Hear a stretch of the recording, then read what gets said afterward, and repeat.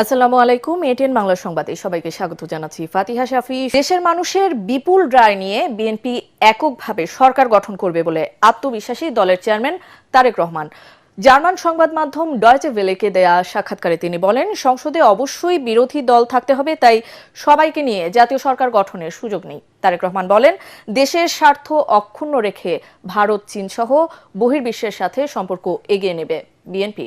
4 কোটি 4.5 কোটির মতন তরুণ আছে, 40 লক্ষের মতন প্রতিবন্ধী আছে, বাংলাদেশের জনগোষ্ঠীর অর্ধেক নারী। এই নারীদেরকে এম্পাওয়ার্ড করার জন্য আমরা কি করব? আমরা সকল শ্রেণী পেশার জন্যই আমরা একটি পরিকল্পনা রেখেছি, কর্মসূচি রেখেছি, কোনো পার্টিকুলার না, সকলকে নিয়ে। কারণ দেশটা গঠন করতে হবে সকলকে নিয়ে। আলহামদুলিল্লাহ, আমরা ভেরি কনফিডেন্ট যে ইনশাল্লাহ বাংলাদেশের মানুষের রায় আমরা পাবো। আমরা এককভাবে আমরা ইনশাল্লাহ সরকার গঠন করতে সক্ষম হব।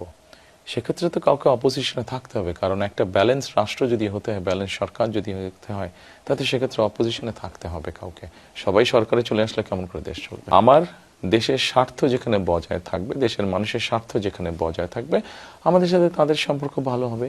যাদের সাথে আমাদের স্বার্থ বজায় থাকবে না, স্বার্থ ঠিক থাকবে না, দেশের মানুষের স্বার্থে প্রায়োরিটি পাবে না, স্বাভাবিকভাবে তাদের সাথে তার সম্পর্ক গভীর হওয়ার কোনো কারণ নেই।